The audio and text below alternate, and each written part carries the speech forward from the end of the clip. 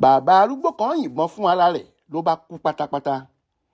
kàyéfì lọ̀rọ̀ bàbá arúgbó kan olóògbé Kàrímù Adérẹ̀mí ẹni ọdún 72 kan tó yìnbọn lu ara rẹ̀ tó sì kú lójú ẹsẹ̀ nílé rẹ̀ tó wà lágbègbè Alápò nílùú Ẹdẹ nípínlẹ̀ Ọ̀ṣun sì ń jẹ́ fáwọn èèyàn tí wọ́n gbọ́ nípa ikú bàbá ọ̀hún.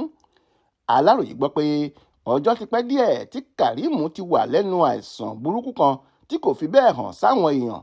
Bákan náà ló ní ìpèníjà àìsàn ojú tó ń yọ ọ́ lẹ́nu èyí tí kò fi lè ríran dáadáa. Alukoro àjọ Civil Defence ìyẹn Nigerian Security and Civil Defence Corps ẹ̀ka tìlú Ẹdẹ abilékọ Kẹ́hìndé Adélékè tó fìdí ìṣẹ̀lẹ̀ náà múlẹ̀ fún akọ̀ròyìn Punch lọ́jọ́ Ajé Monday ọjọ́ 10 oṣù keje yìí sọ pé olóògbé Kàrímù ti wà nínú àìlera láti ọjọ́ pípẹ́ tí kò sì rẹ́nìkan ṣètọ́jú rẹ̀.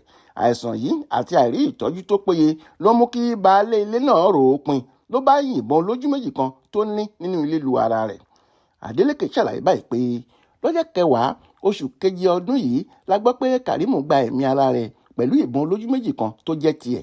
Wọ́n ní ọjọ́ ti pẹ́ tí bàbá yìí ti ń kojú ìpèníjà ìlera ara bẹ́ẹ̀ ni kò tún ríran dáadáa. Ó jọ pé òun nìkan ló ń gbé inú ilé láti ọjọ́ bíi mélòó kan sẹ́yìn. Nígbà tó sì máa di ọjọ́ Ajé tá à ń sọ yìí ní Kàrímù rópin tó sì ki ìbọn bọ ẹnu rẹ̀ lórí ibi tó jókòó sí ló bá yìn ín ọta ìbọn ọ̀hún sì fọ́ lẹ́nu yánkanyànkan. Alukoro ọ̀hún ní lára ìwádìí táwọn ṣe nípa ibi tí Kàrímù ti rí ìbọn tó fi pa ara rẹ̀ yìí làwọn ti rí ẹ̀rí tó dájú pé Kàrímù gba ìwé àṣẹ fún ìbọn ọ̀hún látọ̀dọ̀ ìjọba. Ọkùnrin ẹ̀ṣọ́ aláàbò yìí ní lójú ẹsẹ̀ táwọn ti fọ̀rọ̀ ọ̀hún tó àwọn ọlọ́pàá agbègbè ibi tí Kàrímù ń gbé létí ni wọ́n ti lọ síbi tó kú sí tí wọ́n sì mú ìbọn náà lọ sí tẹ̀sán wọn.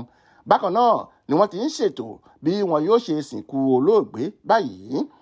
Adéwálé Adéoyè ló ṣàkójọpọ̀ ìròyìn ọ̀hún fún Aláròyé online television.